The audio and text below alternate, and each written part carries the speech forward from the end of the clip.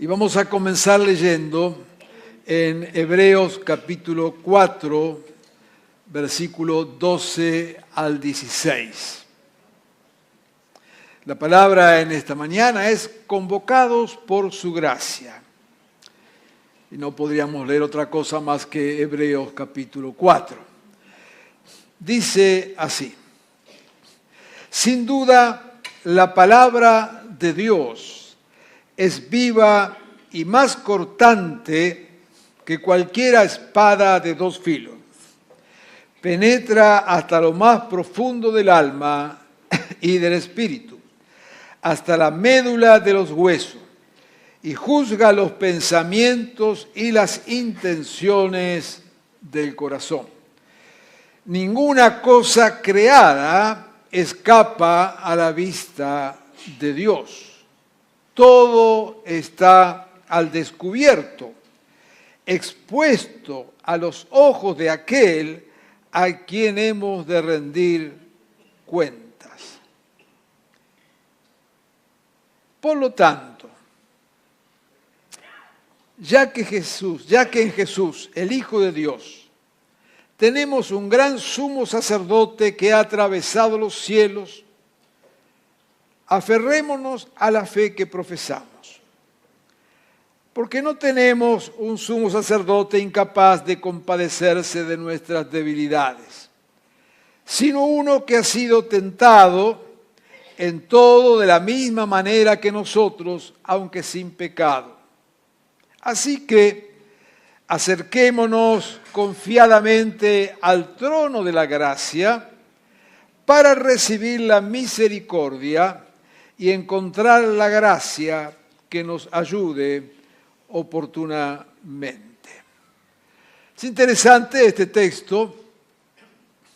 Comienza hablando allá en el versículo 12 de lo que es la palabra de Dios y dice que la palabra de Dios es la que penetra en los corazones, es como una espada de doble filo que llega al alma y al espíritu hasta la médula de los huesos. Dice luego, ninguna cosa creada escapa de la vista de Dios, todo está al descubierto delante de Él.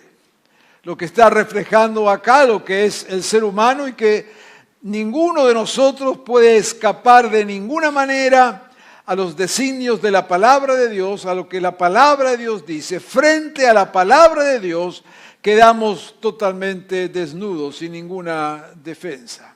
No podemos escondernos porque dice que es la palabra de Dios, ¿no es cierto?, la que se mete allí, llega a nuestro corazón, al alma, a lo que pensamos, y usa allí esas expresiones como que se meten en los tuétanos y en los huesos, distintas maneras de decir que frente a Dios, frente a su palabra, frente a su revelación, frente a lo que Dios es, nada de nosotros queda oculto. Nosotros podemos ocultar las cosas delante de otros. Podemos vivir una vida entera simulando. Podemos hacer lo imposible para que no se vea quién en verdad somos. Somos tan capaces en esto que a veces nosotros mismos hacemos cosas que ni nosotros nos reconocemos. Y decimos, uy, ¿cómo hice esto yo? No puedo creer lo que hice. Pues delante de Dios nada queda oculto. Todo es revelado, todo es mostrado. Y entonces diría el texto, bueno, esto no está en la Biblia, está allá en el Chapulín Colorado. Si esto es verdad, ¿quién podrá salvarnos? Si es verdad que estamos expuestos delante de Dios, si es verdad que nada, absolutamente nada de nosotros queda oculto, si esto es verdad y es verdad, estamos absolutamente condenados, perdidos. No hay escape. Y entonces continúa el texto frente a esta realidad. Y está bien que plantee esta realidad, porque nos muestra tal cual somos. y nos muestra que podemos vivir una vida simulando, pero delante de Dios no. Ahí está, tal cual somos. Y delante de Dios no tenemos excusa, no podemos escondernos, no podemos hacernos los distraídos. ¿Qué sucede entonces? El texto dice, apareció Jesús. Y ahí habla del sumo sacerdote, toda una figura del Antiguo Testamento. No nos detenemos en eso. El hecho dice que apareció Jesús. Y apareció de tal manera como este gran sacerdote, pero tiene una virtud. Fue tentado igual que nosotros. Claro que no pecó. Y aparece entonces acá, frente a nuestra realidad, nuestra debilidad, la foto de lo que somos, aparece Jesús, el Hijo de Dios. Y lo pone allí de un lugar muy humano. Decíamos hace un ratito el texto, ¿no es cierto? De tal manera nos amó. Y dice el texto que ha sido tentado en todo, de la misma manera que nosotros. Así que, según el texto, Jesús tuvo tentaciones morales,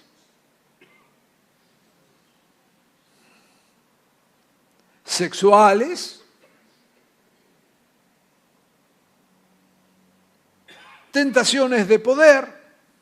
¿Recuerdan una de las cuestiones que cuando Satanás lo lleva allí al pináculo y le muestra las cosas? Le ofrece poder. Tentaciones de carácter. Más de una vez le habrá querido pegar una trompada a Pedro, que era tan impertinente. Terminala, flaco, ya te lo enseñé 10 veces. Dice. Ahí dice que tuvo las mismas tentaciones que nosotros. Claro que la diferencia es que no pecó. Por lo tanto, cuando nos acercamos a Jesús a partir de lo que somos, encontramos no solamente un Dios poderoso, sino encontramos a alguien que en verdad puede escucharnos y puede entendernos.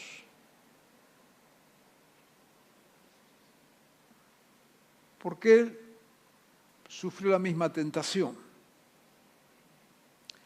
Y entonces ahí viene el texto. Nos habla de acercarnos a Él y usa esta figura, acerquémonos entonces confiadamente. Me gusta esta palabra de confiadamente, sin miedo, sin temor. Suelo decir, Dios no anda buscando a quien condenar, anda buscando a quien salvar. Por eso envió a Jesús.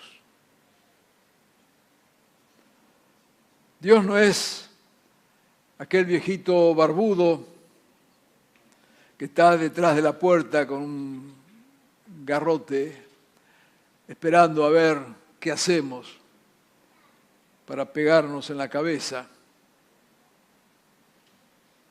No anda viendo a ver a quién enviar al infierno cuanto antes. Dice, acerquémonos confiadamente. Y habla allí del trono de la gracia. Es interesante el carácter que le da esto al poder de su gracia. Mire la imagen. Cualquiera de nosotros, totalmente transparentes delante de Dios, Él sabe absolutamente todo de nosotros. Nos invita a acercarnos y no nos espera allí medio oculto, como para que nadie se dé cuenta. No nos espera en un confesionario, ¿no? Esos cuartitos ahí, todo medio tapado, silencioso, en un rinconcito, que nadie se entere, sino que nos espera en un trono. Fíjese la dimensión que Dios da a su gracia, que es un trono. Con toda la majestuosidad que eso tiene. Y ese trono del Dios Santo, ese lugar majestuoso que Dios ha preparado, es sencillamente un trono de gracia, capaz de compadecerse de nuestras debilidades. Dice el texto que es el trono para recibir misericordia y la ayuda oportuna. Es un trono que te está esperando a vos y a mí.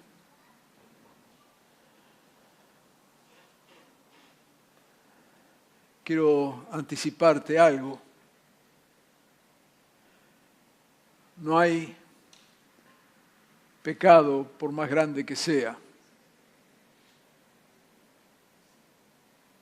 más grande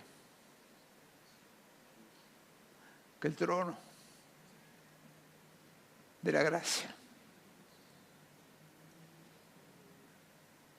No lo hay. Quizás ni vos mismo te has podido perdonar.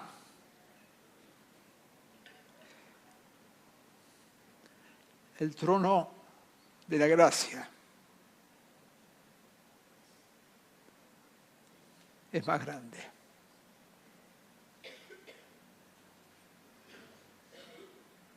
Tremendo poder de la gracia de Dios. Tremenda dimensión de su gracia que a nadie nos deja afuera. Me lo habrá escuchado decir más de una vez, lo digo en las clases de misión inclusive, cuando hablamos de aquella mujer samaritana con 5 divorcios, iba ya por el 6º marido. Y Jesús la escoge para que sea la primer misionero de la iglesia cristiana. El primer misionero que la iglesia tuvo en su historia fue una mujer, por supuesto, ser despreciable en aquel entonces, para colmo, con 5 divorcios.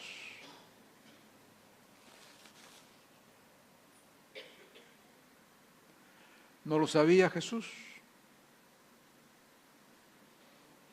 Dice que penetra hasta lo profundo y no hay nada oculto delante de él.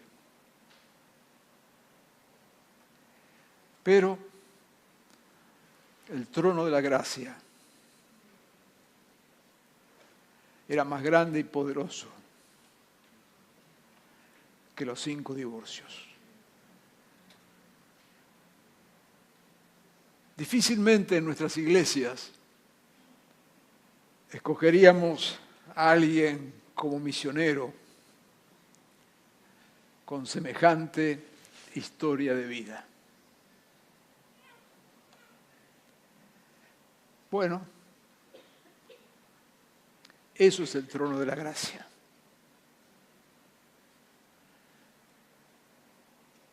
Ninguno de nosotros, ni ninguno de nuestros pecados, ni ninguna de nuestras debilidades podrá superar el amor de ese trono.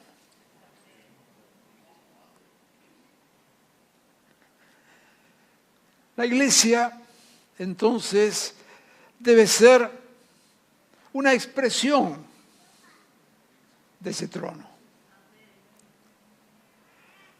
No podemos ser menos que eso como iglesia.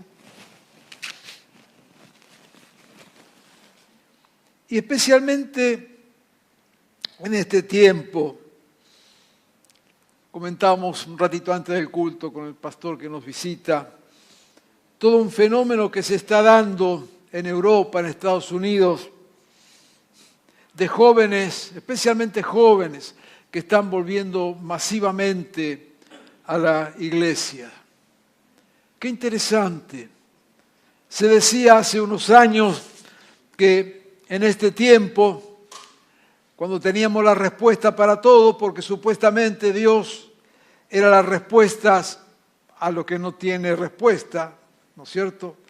Usamos siempre este ejemplo, ¿no? Cuando la gente veía que tirabas una semilla, salía un árbol, decía, ¿qué es esto? Y dice, bueno, acá hay una madre tierra, la Pachamama. Dice, porque esto es inexplicable, que vos tirás una semilla, sale un árbol, es una locura. Esto que amanecemos, ¿no es cierto? Y aparece el sol por ahí y de repente se va, esto es el dios sol, porque esto no es normal. Pero decían, va a llegar un tiempo donde vamos a explicar todo. Y entonces no vamos a necesitar a Dios. ¿Para qué vamos a tener a Dios si tenemos explicado todo? Entonces cuando podamos explicar a todo, ya Dios no va a ser necesario. Mediados del siglo pasado, existencialismo, Dios ha muerto, no necesitamos a Dios. Ya está, Dios pasó. Secularismo y a otra cosa. Qué interesante que estamos en plena inteligencia artificial. Sabemos más de lo que sabemos. Porque aquello que no sabes, solamente con hablarle al celular te le va a dar la respuesta. No necesitas más nada. Hoy sabemos todo.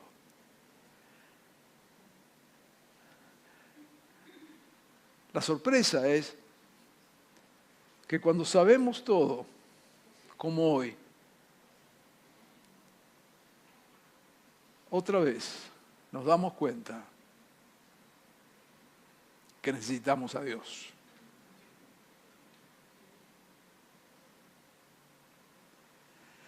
La inteligencia artificial no ha podido superar el trono de la gracia. Porque tu culpa y la mía, tu pecado y el mío, tu desorientación y la mía, no lo puede solucionar. Solo Dios, que sigue estando en el trono de la gracia. Y la iglesia, decíamos, debe ser expresión de esto. Debe dar respuesta a la búsqueda de este Dios. ¿Pero cuál Dios? ¿El Dios de la religión tradicional, insensible? ¿El Dios de los ritos? ¿El Dios de la manipulación religiosa? ¿El Dios de la teología de la prosperidad, que te sacan plata en nombre del Señor? ¿El Dios de la búsqueda del poder? Pongamos un evangélico que nos va a solucionar los problemas como país. Qué manera de perder tiempo. ¿Qué Dios?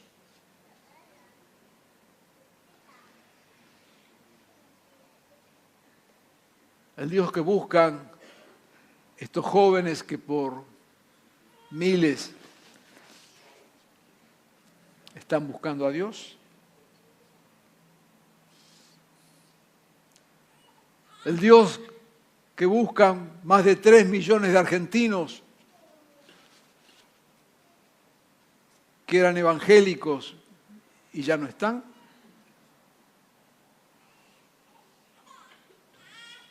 ¿Qué Dios?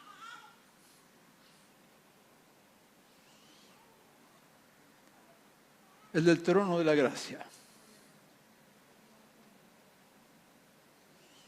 Allí en Mateo 9, versículo 10 al 13 dice: mientras Jesús estaba a la mesa en casa de Mateo, muchos recaudadores de impuestos y pecadores llegaron y comieron con él y sus discípulos. Cuando los fariseos vieron esto, preguntaron a sus discípulos: ¿por qué come su maestro con recaudadores de impuestos, con pecadores? Al oír esto, Jesús contestó: no son los santos los que necesitan, no son los sanos los que necesitan médico, sino los enfermos. Vayan y aprendan qué significa esto. Lo que pido de ustedes es misericordia, no sacrificios, porque no he venido a llamar a los justos, sino a los pecadores. Los fariseos tenían razón. Jesús, como hombre santo, no tenía que comer con este tipo de gente. No tenía que mostrarse con estos pecadores. Pero Jesús les enseña que el reino no es para los sanos, sino para los enfermos, para los quebrados, para los rotos. El trono de la gracia no es para los justos, sino para los pecadores. Por eso dice, y lo dice claramente, que Él pide amor antes que religión. Dice: le pido a ustedes, lo que le pido es misericordia y no sacrificio. Sacrificio era religión, es ritos. Y Jesús nos dice, y les dijo y nos dice: si algo demando de ustedes, no es religiosidad, no son ritos evangélicos, es amor. Porque la religión es la que juzga, la que condena, la que discrimina, la que señala, la que usa la Biblia como un apunte para no olvidarnos de ninguna de las cosas malas que hacemos. Pero Jesús dice que nos pide amor antes que religión.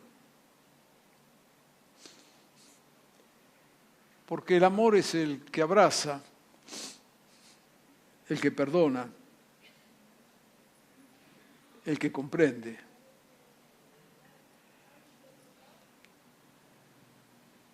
Como iglesia, y lo hemos dicho más de una vez, no debemos cansarnos de pedir perdón por tantos millones que lastimamos con nuestros prejuicios, nuestros señalamientos, nuestros estándares de santidad. Dios quiere misericordia, no religión. La gracia de Dios hace que el mensaje del Evangelio sea justamente anunciar que Jesús nos da siempre una nueva oportunidad. Su gracia nos iguala, porque todos hemos pecado. Todos necesitamos de Dios. Todos necesitamos de su gracia. Todos, aún en esta mañana, debemos venir humillados a su presencia. Y cuando dentro de unos minutos comamos de este pan y tomemos de esta copa, nos toca solamente decir gracias, Señor. Tu amor ha sido más poderoso que todas mis faltas.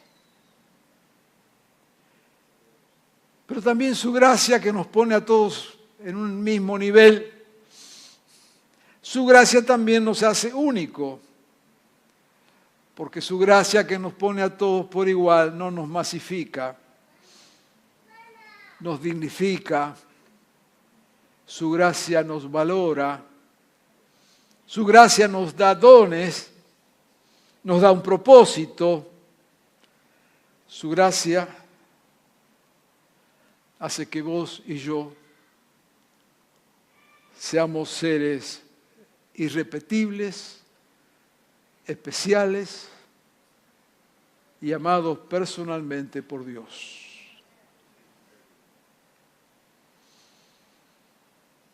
En Romanos dice, allí donde abundó el pecado, sobreabundó la gracia.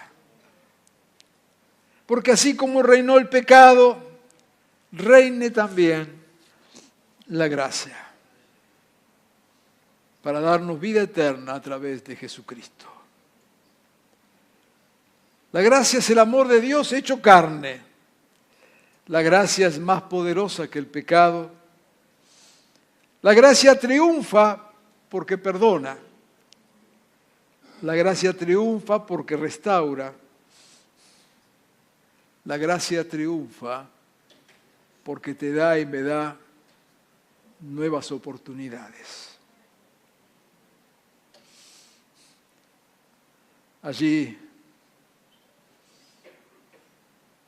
donde hay una ideología de muerte, la gracia trae vida. Allí donde hay discriminación, la gracia trae el amor al diferente.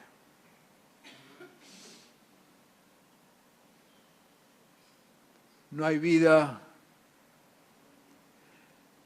tan arruinada que la gracia de Dios no pueda restaurar. No hay matrimonio tan quebrado que la gracia de Dios no pueda sanar. No hay situación humana tan difícil que la gracia de Dios no pueda solucionar. Por eso, en este día y en esta mañana de comunión, quiero y queremos decirte que Dios te conoce y me conoce muy bien. Y así todo, te ama, me ama.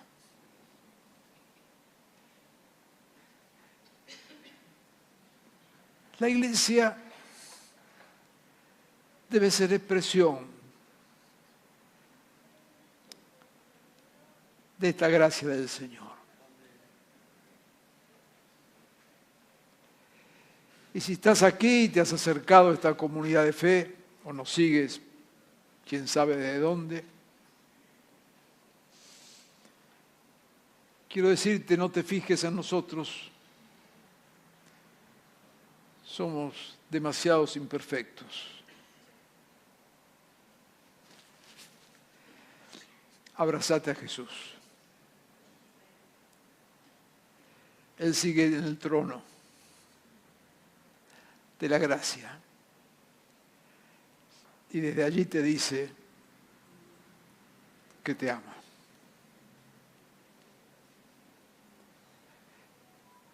Amada Iglesia, seamos imagen visible de este trono de gracia. Siempre nos desafiamos a hacer con excelencia todo, claro que no siempre nos sale,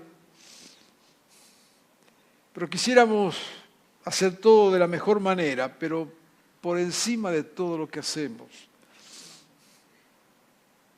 que en verdad sea la gracia de Dios la que sobresalga. Queridos hermanos, hermanas, no estamos acá para repetir rituales, ni costumbres, ni modelos, mucho menos para decir que hagamos algo porque siempre se hizo así. Dios nos libre de eso. Estamos para amar incondicionalmente. Estamos como iglesia para ensuciarnos en el barro del abrazo amoroso con el que más lo necesita. Bendecimos a cada hermano, hermana que trabaja y abraza en los distintos ministerios, algunos de ellos en zonas que llamamos fronterizas, como la evangelización o juntas y otros. Intentamos llevar el amor de Dios, no el juicio o la condena, a mujeres que abortan, travestis, homosexuales, drogadictos, violentos, abusados. Personas que se les nota más sus debilidades, pero sabemos, como dice el texto de Hebreos, que Dios conoce nuestros corazones y que también nosotros, aunque no se nos vea, somos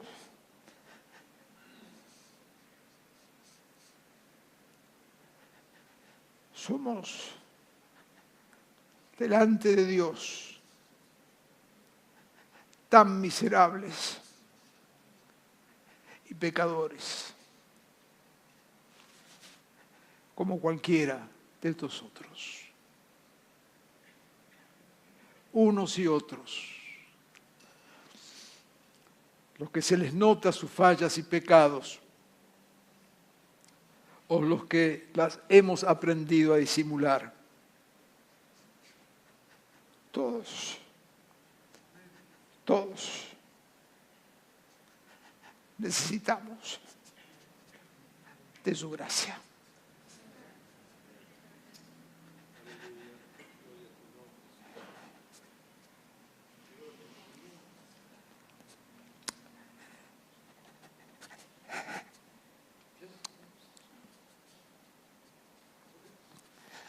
De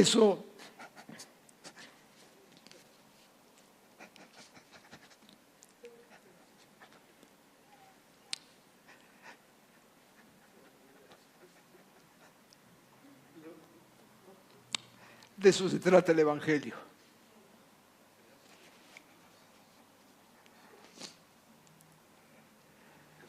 Todo lo demás es basura. Nuestra lucha de poder, nuestros anhelos de figurar, nuestra religiosidad y tradiciones.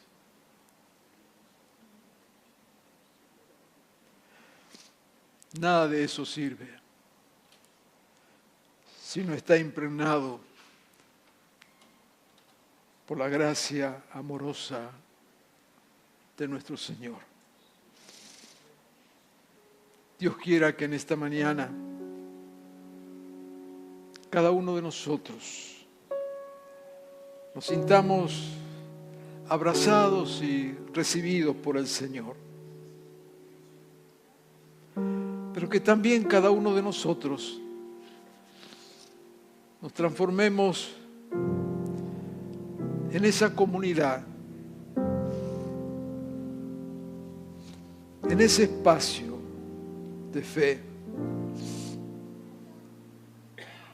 donde cualquiera pueda ver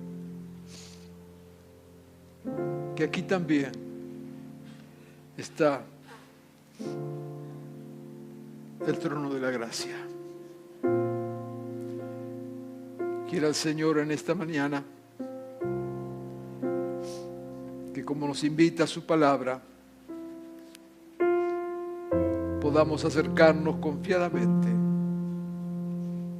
para recibir la misericordia y encontrar la gracia que nos ayude oportunamente. Oremos.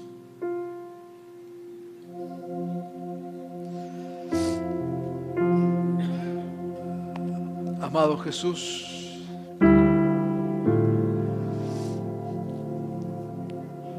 es tu amor infinito lo que nos conmueve. Es tu amor, Señor, que en esta mañana no deja a nadie afuera. Señor, ninguno de los que estamos aquí, ni de los que seguimos esto por distintos medios, ninguno quedamos fuera de tu gracia. Tu abrazo nos sigue alcanzando. Señor, te ruego que en esta mañana quien lo esté en verdad necesitando pueda acercarse a vos, Señor.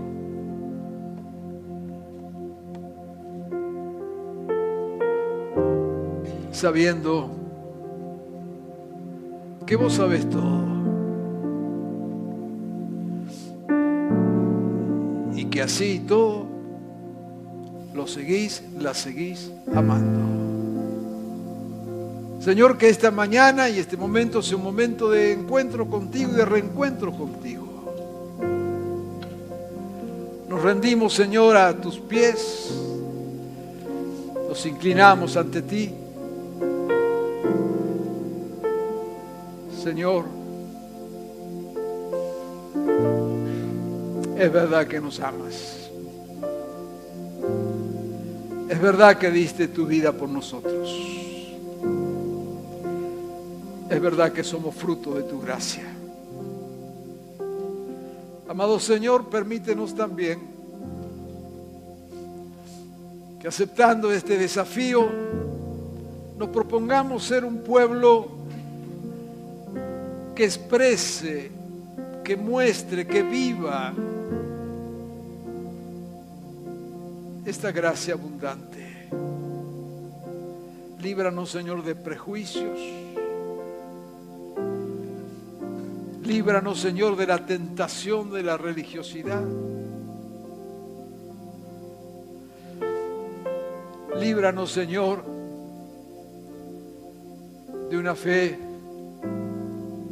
encerrada.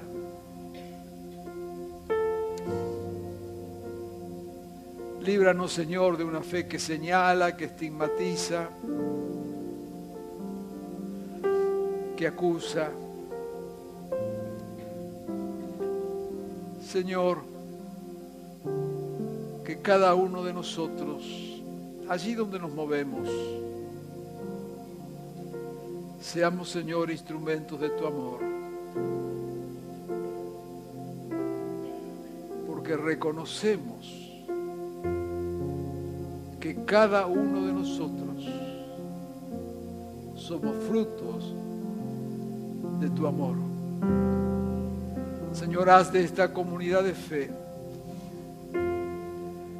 una comunidad que con todas sus limitaciones y pequeñeces y humanidad,